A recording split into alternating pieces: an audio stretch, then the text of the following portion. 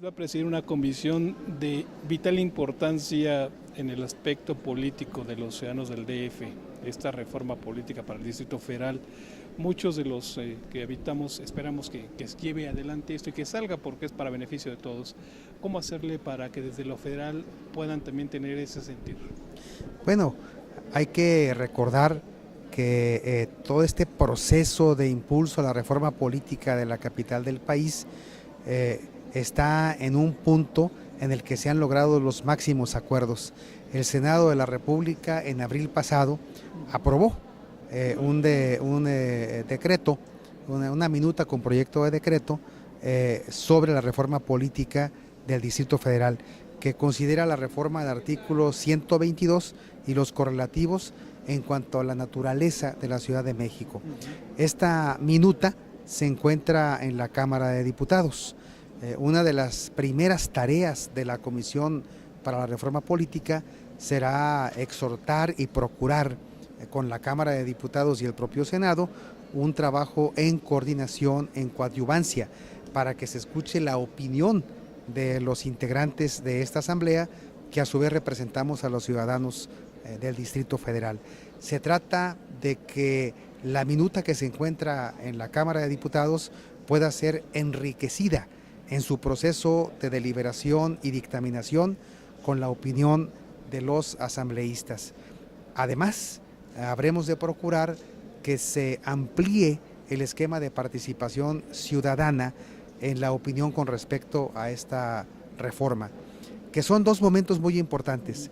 La primera, la reforma constitucional que prevé esta minuta, y en un segundo momento sería la elaboración de la Constitución Política de la Ciudad de México, previa integración de la Asamblea Constituyente. En todos estos procesos debe haber una gran participación ciudadana que enriquezca con sus opiniones, con sus comentarios, con sus puntos de vista, lo que sería la gran reforma de la capital. Hablamos también de la identidad, entonces tendría el DF una identidad propia, autónoma, aunque estén sentados aquí los tres poderes, pero sería autónoma y tendría que recibir los mismos derechos y por supuesto las obligaciones de todos los estados. Claro, se trata de terminar con esa concepción de que la sede de los poderes de la Unión no puede ser una entidad federativa, capital federal, con plena autonomía, con soberanía en sus poderes locales. Hay una discusión de muchos años con respecto a ese dilema de ser sede de los poderes de la Unión y la necesidad de fortalecer la participación ciudadana en un esquema de entidad federativa con poderes autónomos. Esto en términos, digamos, llanos, claros, ¿en qué se traduciría hacia la ciudadanía? Se traduce en tres aspectos fundamentales. Un mejor gobierno, porque sería un gobierno más cercano a la ciudadanía, porque el establecimiento de las demarcaciones territoriales, hoy llamadas delegaciones, como alcaldías, permitiría la generación de espacios de mayor participación de los habitantes en cada una de estas demarcaciones. Un mejor gobierno en materia de servicios, de seguridad y, por supuesto, de rendición de cuentas. Un segundo aspecto es el hecho de que la Ciudad de México como entidad federativa tendría acceso a fondos federales que en la actual situación no los tiene. El hecho de ser capital del país le da ventajas, pero también desventajas por los gastos que implica ser la capital de la República. Por eso es que debe tener un tratamiento especial también, no solo similar a los otros estados, sino también en todos aquellos aspectos que considere los gastos que representan para la capital el hecho de ser la capital del país y además sede de los poderes de la Unión. Eso implicaría que tendría que haber modificaciones en cuanto al recibimiento de recuperación del predio, del agua y la cuota que tendría que pagar el gobierno federal por el asentamiento de algunos edificios aquí. Fíjate que algunos elementos de discusión radican en la situación de los bienes inmuebles del gobierno federal en la capital, en la ciudad capital de la República. Ese es un elemento que tiene que tratarse no solo en la Constitución de la Ciudad de México, porque tratándose de asuntos federales tendría que integrarse en una ley, en un estatuto de capitalidad que establezca con mucha precisión cuáles son las relaciones de la federación con la capital del país, entidad federativa.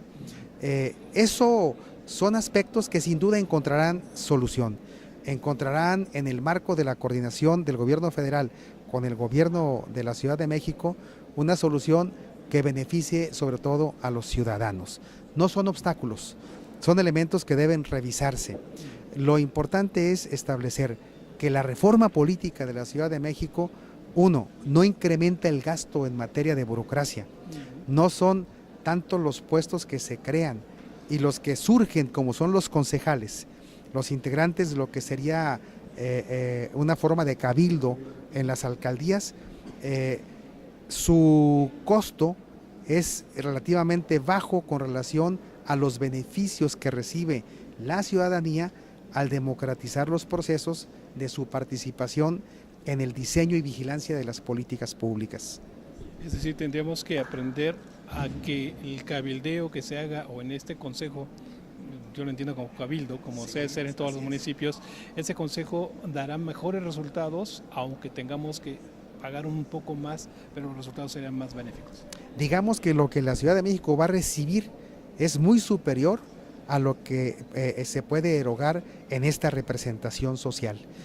La democracia no podemos medir su valor en costos económicos. El valor de la democracia es mucho más elevado que cualquier presupuesto. Entonces, tenemos que imaginarnos una Ciudad de México donde en las demarcaciones, ahora llamadas delegaciones, en las alcaldías, divididas en espacios territoriales, los ciudadanos escojan a sus representantes que van ante este consejo.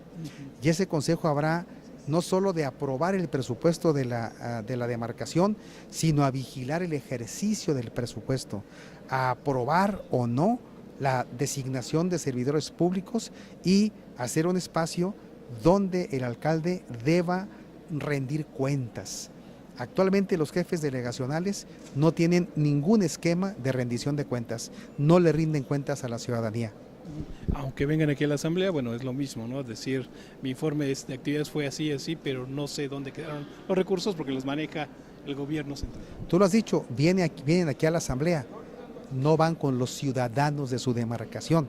No existe ese órgano que puede calificar, aprobar o desaprobar la rendición de cuentas que establezcan frente a sus gobernados directos.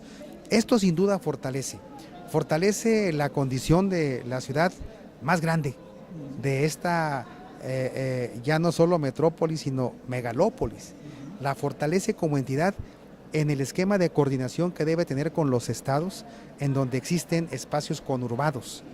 Fortalece a las alcaldías que podrían formarse frente a la coordinación que deben tener con los municipios de otros estados que están conurbados también.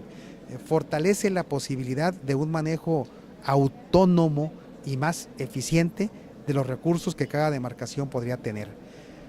Fíjate que existe una idea equivocada en la República con respecto a la capital del país. Se cree en muchas partes de la República que los estados sostienen al Distrito Federal y esa situación no es real. El Distrito Federal produce más del 34% del Producto Interno Bruto, lo que la hace una ciudad autosostenible y además aporta recursos para el sostenimiento de otras entidades federativas. Esa característica tiene que ser capitalizada para que al convertirse en entidad federativa con plena autonomía, con poderes autónomos, pueda detonar un mayor desarrollo más democrático, más equilibrado y con mayor beneficio para la ciudadanía. Es decir, no demos vuelta atrás, vamos hacia adelante que beneficie a los ciudadanos, ¿no? Así es, esta ciudad, esta capital, que es una capital de vanguardia, no puede quedarse en la retaguardia del entramado institucional de la República. Debe ser una entidad federativa con plena autonomía, capital de la República. Arduo trabajo para el diputado. para todos, para todos Bueno, pero y como para los en la ciudadanos. comisión, ¿no? Así es, así es. Pues muchas gracias, diputado. Al contrario, Le a tus agradecemos la órdenes. entrevista.